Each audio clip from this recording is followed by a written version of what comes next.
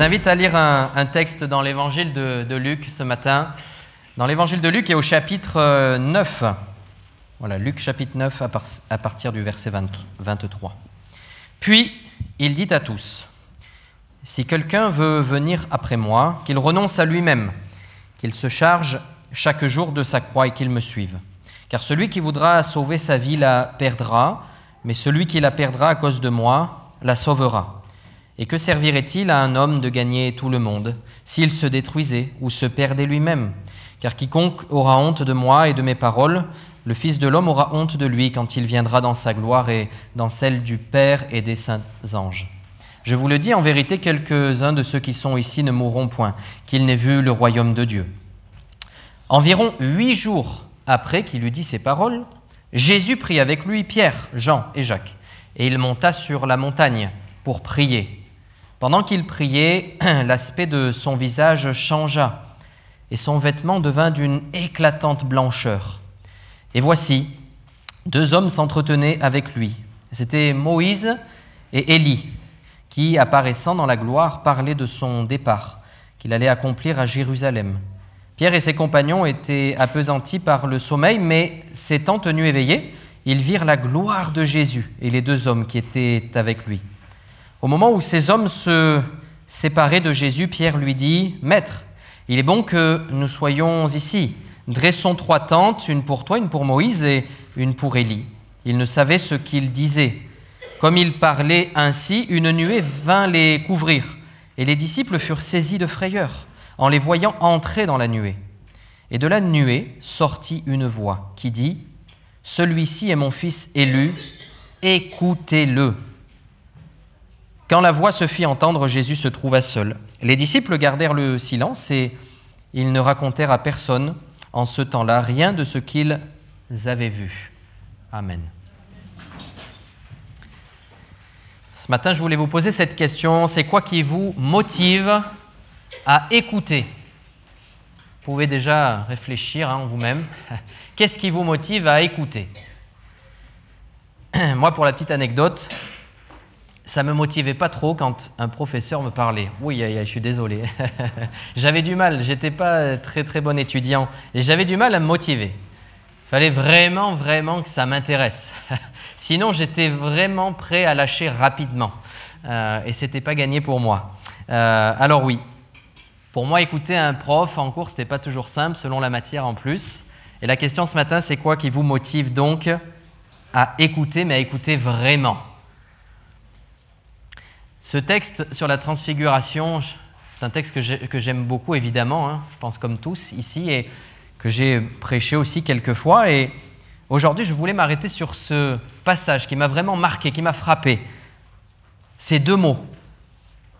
Au verset 35, juste avant, il est dit « Et de la nuée sortit une voix qui dit « Celui-ci est mon fils élu. » Et il est dit « Écoutez-le.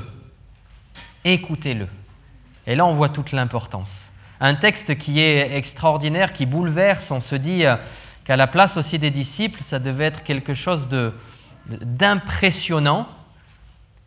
Et je crois que là, il y a comme une sorte de résumé. Écoutez-le. Voilà ce que vous avez vécu maintenant. Écoutez-le. Ce matin, j'aimerais qu'on puisse retenir ce que Dieu fait pour que nous l'écoutions. Ce que Dieu met en place pour que nous puissions l'écouter. Pas l'écouter comme moi j'écoutais les profs. L'écouter de tout notre cœur. Ce que Dieu met en place, ce que Dieu fait pour que nous puissions véritablement l'écouter. Et la première chose, je crois, que Dieu met en place, nous l'avons lu, notamment au début de ce texte, Dieu nous annonce la vérité. Vous le croyez ? Dieu nous annonce la vérité. Et je crois que ça c'est important déjà. Quand on se concentre et qu'on écoute quelque chose, quelqu'un, je crois que quand on nous dit la vérité, on a les oreilles un petit peu plus attentives que quand on sait que c'est n'importe quoi, que c'est des mensonges, ou que ce qu'on nous annonce n'est pas vrai. Je crois que Dieu nous annonce la vérité. Voilà un moyen pour l'écouter véritablement. Seigneur, tu nous dis la vérité. Dans Luc chapitre 9, verset 24, il est dit « Car celui qui voudra sauver sa vie la perdra. Il y a au début de ce texte des choses compliquées aussi pour nous à lire, à entendre, parfois à expliquer. Et Dieu, je crois qu'il ne nous ment pas sur notre situation de pécheur. Dieu n'embellit pas la chose, ne nous dit pas « ne vous inquiétez pas, on va faire un petit compromis et tout ira bien ». Je crois que le Seigneur, il est, on peut dire, cash avec nous et il vaut mieux ça, parce que c'est la vérité. Dieu ne nous ment pas sur notre situation de pécheur. Je suis pécheur, on est des pécheurs et nous avons besoin de la grâce. Nous avons besoin d'entendre la vérité. Et je crois que pour être concentré sur le message de l'Évangile, je crois que la vérité fait ce travail dans notre cœur. Nous le savons. Le Seigneur va pénétrer notre cœur par cette vérité-là. Sur le besoin aussi de se donner entièrement. Des fois, on peut écouter à moitié sans se donner entièrement, mais je crois que Dieu nous dit vraiment la vérité, ne nous cache rien pour que nous puissions faire pénétrer ce message entièrement dans notre cœur et qu'il puisse alors avoir tout son effet.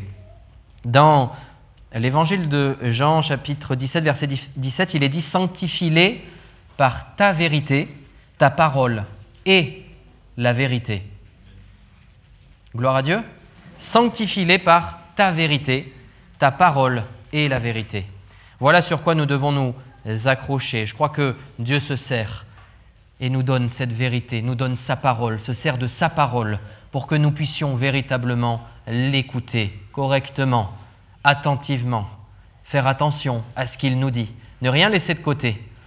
Seigneur, je veux vraiment aujourd'hui ouvrir grand mon cœur. Ta parole, elle est la vérité. Et ta parole, je l'ai avec moi et j'ai la chance, la grâce de pouvoir l'avoir tous les jours avec moi. Soit votre livre de chevet, que tous les jours, je puisse me rappeler que j'ai besoin de l'ouvrir.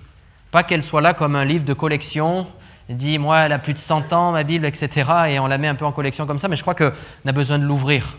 Elle est là, c'est bien, mais il faut la prendre aussi. Et Dieu se révèle par sa vérité.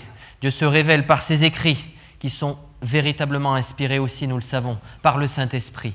Je crois que quand nous lisons, alors il y a ce travail aussi, par le Saint-Esprit. L'accent est mis sur la parole, qui est donc la seule vérité sur notre situation. Je crois que nulle part ailleurs, nous pouvons trouver la vérité sur notre situation de pécheur et qu'il nous faut la grâce, l'intervention de Jésus, la croix et Jésus qui s'est donné pour nous. Parce que Dieu nous a donné son Fils. Et je crois que ces choses-là, que ces paroles-là, nous les avons dans la Bible. Et nous devons absolument nous appuyer dessus. C'est la parole qui est la seule vérité sur notre situation. Nous entendons la vérité et je crois qu'il nous faut alors ouvrir grand les oreilles. Et ce matin, Dieu nous rappelle et nous dit « Écoutez-moi ». Dans le texte, il est dit « Écoutez-le ». Et Dieu nous dit ce matin « Écoutez-moi ». Dans tout ce que vous vivez, dans tout ce que vous traversez, écoutez-moi. Et je crois que c'est urgent de l'écouter. Je ne sais pas si vous le croyez aussi, mais je crois que oui. Je crois que c'est urgent de l'écouter. Parce qu'on peut être déstabilisé par tellement de moyens, tellement de choses qui peuvent nous environner. Et je crois qu'alors mettre toute notre attention sur l'écouter, c'est pour nous quelque chose de bon, quelque chose que nous devons faire. Seigneur, je veux prendre encore ce temps. Je sais qu'il y a ta parole. Et peut-être que je l'ai négligée jusqu'à maintenant, mais je veux l'ouvrir. Et quand je l'ouvre, Seigneur, je veux me rappeler que tu vas me parler. Je veux me rappeler que peut-être il y a des choses que je ne comprendrai pas tout de suite. Et Seigneur, je sais que ça va me faire du bien. Je sais que je vais passer du temps, je vais essayer de creuser, je vais essayer d'aller plus loin dans cette relation-là. Parce que j'ai le désir de t'écouter. Et chaque jour, je veux profiter de cette chance encore que j'ai, d'avoir ta parole et de la serrer contre mon cœur et de pouvoir la lire. Amen. Voilà la première chose que Dieu fait, je crois. La deuxième chose de ce que nous pouvons retenir, que Dieu met en place pour nous, pour que nous puissions l'écouter, c'est le fait que Dieu prend du temps pour nous. Est-ce que vous le croyez aussi? Est-ce que Dieu prend de son temps pour nous? Eh oui, je crois. Hein? Je crois que la Bible dit même qu'il ne dort pas beaucoup, notre Dieu. Je crois qu'il ne sommeille pas beaucoup. Je crois qu'il est attentif, et on l'a dit tout à l'heure, on a parlé de notre situation de pécheur, de notre besoin d'être sauvé, d'être racheté, d'aller à la croix du calvaire, là où tout a été accompli. Dieu nous regarde, Dieu nous voit, porte une attention toute particulière sur nous, sur sa créature. Il est le créateur de toutes choses, et nous sommes aussi ses créatures. et il porte une attention toute particulière. Il nous regarde jour après jour. Ce qu'il désire, c'est que nous puissions l'écouter. Mais il prend du temps pour nous. Dans Luc chapitre 9, verset 28, la deuxième partie de ce texte, on voit qu'il est écrit environ 8 jours après qu'il lui dit ces paroles. Et nous avons vu que c'était des paroles qui n'étaient pas forcément évidentes non plus à comprendre, à mettre en pratique, porter sa croix. C'est la première fois où Jésus va parler de la croix et on voit un texte qui est tellement fort, qui va tellement nous impacter dans notre vie, de laisser Jésus à la première place, de nous abandonner nous-mêmes. Qu'est-ce que c'est difficile! Alors qu'il y a des années, j'étais loin du Seigneur. Je croyais en Dieu, mais j'étais loin de ce que la Bible enseignait, de me plonger en Jésus-Christ. Et jamais j'aurais pu dire, mais Seigneur, je vais vivre cette vie-là, mais parce que j'ai besoin de toi, Seigneur. J'ai besoin de m'approcher de toi, de t'écouter. Parce que les paroles qui vont être prononcées pour nous, c'est impossible humainement. Niveau charnel, c'est tellement compliqué. Quand il va dire qu'il renonce à lui-même, renoncez à vous-même. Seigneur, je veux t'écouter, mais j'enlève quelques passages. Je ne les lis pas trop. Et je crois qu'il faut lire l'ensemble de la parole. Et Seigneur nous demande aussi, c'est vrai, des choses compliquées, mais bonnes pour nous. Et là, il est dit dans ce texte, environ 8 jours après, bon, il y a le temps que ça mûrisse, le temps aussi de réfléchir à toutes ces paroles. Environ 8 jours après qu'il lui dit ces paroles, Jésus prit avec lui Pierre, Jean et Jacques. Et il monta sur la montagne pour prier. Alors, ce que j'ai noté, c'est que oui, Dieu prend du temps pour nous. Et ça, c'est bon. Je crois qu'on doit se le rappeler encore. Et ça nous motive aussi. Seigneur, je veux me rappeler que tu prends ce temps-là pour moi. Particulièrement, tu me connais. Jésus, j'ai noté que dans ce texte, peut prendre cette image, mais va prendre sous son aile, là, les disciples. Il va les prendre sous son aile et leur montrer des choses encore. Il va passer du temps à prier. On se dit à ce temps-là, Jésus est présent, c'est tellement extraordinaire. Mais j'aimerais vous dire qu'aujourd'hui, Jésus est présent. Aujourd'hui, Jésus est là quand je prie. Quand je vis ma vie, Seigneur, tu es là, tu m'accompagnes jour après jour. Et je sais que ta présence est là. Et Jésus nous prend aussi sous son aile et il va prendre les disciples. D'ailleurs, c'est intéressant de noter que c'est ces mêmes 3 disciples qu'il avait déjà pris lors de la guérison de la fille de Jairus.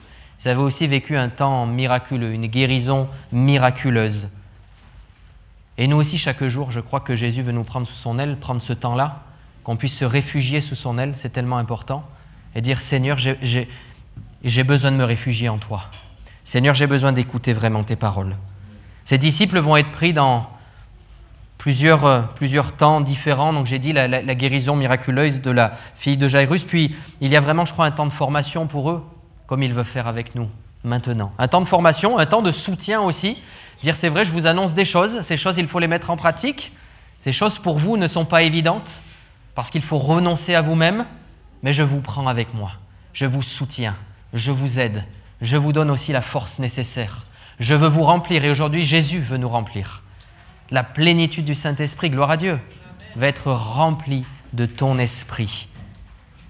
Un temps de formation, un temps d'enseignement. Jésus annonce sa parole, nous devons l'écouter. Mais il nous explique aussi pourquoi, il nous montre aussi pourquoi. Et je crois que sur cette montagne, il est dit, la première chose qu'il est dite, c'est qu'il va donc les prendre sous son aile, les emmener, puis ils vont donc prier. Voilà une des formations indispensables pour la vie du disciple, la vie de l'enfant de Dieu, la prière. Seigneur, je veux m'abandonner en toi, je veux te faire passer avant le reste. Dès le matin, on a chanté tout à l'heure, dès le matin, je veux me lever. Dès le matin, Seigneur, je veux prendre ce temps avec toi, je réveillerai l'aurore. Et je crois que ça, c'est indispensable. Seigneur, ce texte nous invite à te laisser la première place. Et sur cette montagne, ils prennent du temps pour prier. Ils sont avec Jésus, mais ils prient. Et nous aussi, cherchons à être chaque jour au contact de Jésus, à prier davantage encore, ô Seigneur. Dieu est toujours présent pendant nos temps de prière et prêt à nous écouter aussi. Et ça, c'est une grâce. Il prend de son temps, il nous écoute. Merci Seigneur. Tu écoutes mes plaintes, Seigneur. Mais tu entends aussi la reconnaissance et l'adoration de mon cœur. C'est pour ça qu'il est tellement important d'être des adorateurs en esprit et en vérité. Et oui, nous sommes nés pour le louer. Nous sommes nés pour l'adorer. Je crois qu'il y avait cette relation parfaite au départ que Dieu veut toujours et qu'il nous offre grâce au sacrifice parfait de Jésus-Christ et son sang qui coule. Et je crois que c'est bon de se rappeler ces choses-là. Tu veux cette relation, Seigneur, avec nous. Tu prends du temps, tu nous entends, tu nous écoutes. Et Seigneur, que nous puissions te faire monter notre adoration, notre reconnaissance encore. Je crois que Jésus veut nous dire des choses importantes et il prend du temps pour cela. Alors écoutons-le. La troisième chose que je voulais que nous puissions retenir ce matin, c'est que Dieu, pour que nous puissions l'écouter aussi, je crois qu'il nous montre sa gloire. Vous êtes d'accord ? Je crois qu'il nous montre sa gloire. Je crois que quand on passe par la rencontre avec Jésus, temps de conversion, de repentance, Dieu nous montre sa gloire, nous montre combien il nous aime, qu'il est celui qui nous pardonne, il est celui qui va oublier même notre péché. Il se révèle à nous, il nous montre sa gloire. Luc chapitre 9, verset 29, il est dit « Pendant qu'il priait, l'aspect de son visage changea et son vêtement devint d'une éclatante blancheur. Gloire à Dieu. » Je crois aussi que nous pouvons vivre chaque jour ces temps vraiment merveilleux avec le Seigneur. Peut-être on ne verra pas devant nous un vêtement blanc, mais dans notre cœur, je crois qu'il en fait des choses merveilleuses. Dans notre cœur, il nous remplit de lui, de sa présence. Pendant qu'il priait, l'aspect de son visage changea. Nous voyons la gloire de Dieu. Dieu nous montre sa gloire pour que nous puissions être attentifs à son message, que nous puissions l'écouter. Je vais vous demander en introduction, un petit peu ce qui vous motive, vos motivations. Je pense que vous avez eu le temps de réfléchir maintenant. Ce qui vous motive pour écouter. Qu'est-ce qui va faire que vous allez écouter? Est-ce que vous connaissez, pendant que la technique se prépare, à ma petite image, connaissez-vous la théorie de motivation du bâton ou de la carotte? Bon, on n'y voit pas très bien. Si, c'est mieux. Merci. Vous voyez tous? Ouais. Notre âne avec sa carotte et son bâton. Connaissez-vous la théorie de motivation du bâton ou de la carotte? Merci beaucoup, on peut rallumer. En préparant ce message, je me me suis dit, mais qu'est-ce qui fait que je vais écouter? Je vous parlais tout à l'heure des profs et des études, etc. Mais il fallait vraiment quelque chose de très bon pour que je puisse écouter. Et je crois que la carotte, des fois, on en a besoin aussi.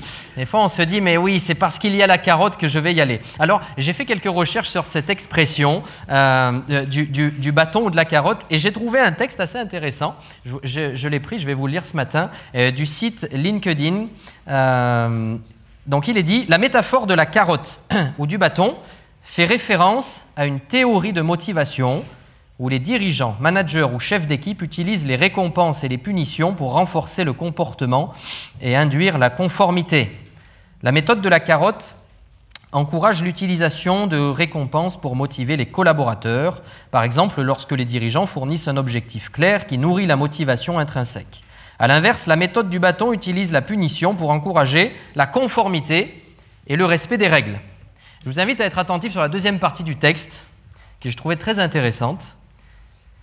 Cependant, il s'agit d'une approche dépassée qui n'a jamais donné de bons résultats. La motivation ne consiste pas tant à ce que les employés fassent du bon travail qu'à ce qu'ils se sentent bien dans leur travail. Il n'y a pas de motivation plus forte pour les employés que de comprendre que leur mission est importante et qu'elle est pertinente pour quelqu'un ou quelque chose d'autre qu'un état financier. Voilà, je vous laisse un petit peu réfléchir à ça, mais j'ai trouvé ce texte assez intéressant quand même. Alors, je ne sais pas si vous avez choisi entre la carotte ou le bâton ce matin. Si on faisait on peut se préparer, peut-être certains ont voté déjà ce matin, d'autres vont le faire. Si on fait un vote à main levée, qui est pour le bâton? Ah, vous avez raison. Qui est pour la carotte? Ok, c'est mitigé, hein? Il y a du neutre. La carotte ou le bâton. Je crois que Dieu sait que nous avons besoin d'être motivés. Je crois que Dieu connaît notre faiblesse. Dieu sait que nous pouvons nous relâcher très facilement. Dans l'histoire du peuple élu, nous voyons ô combien aussi, le peuple a pu chuter, mais il représente aussi nous-mêmes. Il représente aussi ce que nous pouvons vivre actuellement. Dieu le sait. Mais je crois que Dieu ne va pas utiliser la carotte ou le bâton. Je crois que Dieu révèle sa gloire pour que nous puissions vraiment comprendre l'importance de sa mission, que nous puissions voir ô combien il est pertinent de le suivre, qu'il est tellement important de pouvoir chaque jour passer du temps avec lui et de l'écouter. Gloire à Dieu. Je crois que Dieu le fait. Il se révèle. Sur cette montagne, il s'est révélé. Il a montré sa gloire. Je crois que dans ce texte aussi, il nous révèle cette transformation miraculeuse, spirituelle, mais que nous recevons aussi en Christ. Quand on passe par les eaux du baptême, quand on est enfoui dans l'eau, qu'on revient, qu'on est tiré de l'eau, cela représente et symbolise, c'est vrai, notre ancienne nature et notre vie nouvelle. Alléluia. Et nous sommes alors déjà avec notre Dieu dans ce royaume extraordinaire, royaume des cieux, et nous croyons encore ce matin que Dieu nous change, que Dieu nous transforme. Et lors de ce passage de la transfiguration, nous voyons Jésus être changé et les disciples qui assistent à cela, et nous voulons croire aussi que Jésus nous change. Alléluia. Réalisons encore que c'est vrai, nous avons vraiment une grâce immense, imméritée, de pouvoir être ces instruments entre les mains du Seigneur, de pouvoir le servir. Pas besoin d'une carotte ou d'un bâton, mais besoin de nous approcher vraiment de Dieu pour comprendre cette mission tellement importante, de comprendre ô combien il est indispensable d'être auprès de Dieu et de l'écouter. Il est parlé de la gloire qui nous est réservée, quand notre corps charnel d'humiliation deviendra glorieux aussi. Amen. Cela, je crois que ça nous donne aussi ce boost pour avancer et nous dire merci Seigneur pour ce que tu fais. Mais je veux continuer cette mission importante pour que tant de personnes que je vois qui sont là à côté puissent te suivre aussi. Ne pas faire les choses, ce que je notais dans cette dernière pensée, mais ne pas faire les choses par religion, mais par passion. Voilà la différence. Seigneur, que ce ne soit pas religieux, mais que ce soit par passion. Il est question de la passion du Christ, lui qui s'est donné, qui a tout donné, qui a été maltraité, humilié, etc. Et je crois que nous aussi, ça doit être la passion qui nous tient. Cette passion pour le servir, cette passion pour nous oublier nous-mêmes et pour laisser passer Jésus à la première place. La quatrième chose que j'aimerais qu'on puisse retenir, c'est la dernière, ne vous inquiétez pas. La quatrième chose, je crois que Dieu se sert aussi des témoins. Est-ce que vous entendez régulièrement des témoignages ? Ça fait du bien, hein, quand il y a des baptêmes, mais pas que. On entend des témoignages de guérison, des témoignages de conversion. Et je crois que ça nous fait du bien. Et dans Luc chapitre 9, 30 et 31, on l'a lu et je vous le relis, il est dit, Luc 9, verset 30-31, « Et voici deux hommes s'entretenaient avec lui, c'était Moïse et Élie, qui, apparaissant dans la gloire, parlaient de son départ, qu'il allait accomplir à Jérusalem. » Merci Seigneur. Encore là, quelque chose d'extraordinaire. Et question donc de Moïse d'abord. Je crois que Moïse est le symbole de la loi, parfaitement insatisfaite. Eh oui, la loi est là et nous ne pouvons pas plaire à Dieu par ce moyen-là. Moïse est ce symbole. Mais il est question aussi d'Élie. Il y a Moïse et il y a Élie. Élie, le symbole de la vision prophétique. Et je crois pour nous que devons nous accrocher sur ces textes aussi. Dire Seigneur, je crois que tu as fait passer les disciples ce moment et ce n'est pas pour rien. Et ces personnes qui sont là, ce n'est pas pour rien non plus. Je crois que la présence de ces deux témoins est indispensable, nous montre aucun désaccord entre la première alliance du Sinaï et la nouvelle alliance en Jésus. Il n'y a aucun désaccord entre l'une et l'autre. Je crois qu'il est tellement important de nous rappeler. Seigneur veut que nous puissions avoir l'intégralité de sa parole. C'est pour ça que je disais, c'est tellement important qu'elle soit accrochée à notre cœur. Seigneur, je veux lire ta parole, la comprendre. Comprendre, Seigneur, que la loi me montre mon péché. La loi me montre ô combien je suis pécheur, ô combien je ne peux te plaire par mes propres forces, mais ô combien il y a la grâce qui sauve, ô combien il y a Jésus qui s'est donné. Alors les deux vont ensemble, sont liés. Et là, il y a Moïse, Élie qui vont parler et qui vont parler au départ aussi de Jésus-Christ, de ce qui va se passer. On peut s'imaginer un temps vraiment extraordinaire et ils vont parler des choses à venir certainement. Et C'est merveilleux de dire que Jésus a les clés de la vie. Jésus a les clés de la vie, il est le maître, il dirige toutes choses. Et nous avons alors ces deux témoins qui sont là, présents, et qui nous rappellent l'ensemble de la parole, la loi, la grâce, la vision prophétique, la prophétie qui se réalise. Amen. Moïse et Élie vont parler, donc, comme je disais, avec Jésus de son départ qu'il allait accomplir. Sommes-nous des témoins qui partagent aussi notre expérience? Sommes-nous ces témoins qui allons partager autour de nous? Est-ce qu'on est prêt encore à écouter le témoignage, mais aussi à pouvoir le donner autour de nous? C'est tellement important. Et il y a besoin, je crois, qu'on puisse s'enrichir les uns les autres par nos témoignages, par nos expériences, pour que nous puissions grandir.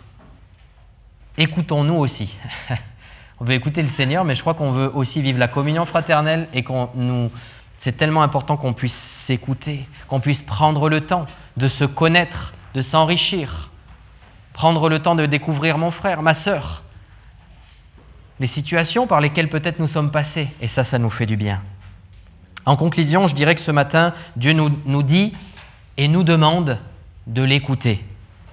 Celui-ci est mon fils élu, écoutez-le. Voilà, Seigneur, ce que je veux retenir ce matin, comme cette voix qui sortit de cette nuée. Écoutez-le. Puis pour terminer ce temps, j'aimerais juste vous lire ce verset dans Jean, chapitre 8, verset 47. Jean, chapitre 8, verset 47. « Celui qui est de Dieu écoute les paroles de Dieu. » Amen. J'ai relu ce verset et il m'a aussi marqué. Je me suis dit, c'est vrai, Seigneur, celui qui est de Dieu. Je crois qu'en tant qu'enfant de Dieu, nous devons alors écouter ces paroles. Écoute les paroles de Dieu. Ce matin, écoutez-le. Écoutons-le. Amen.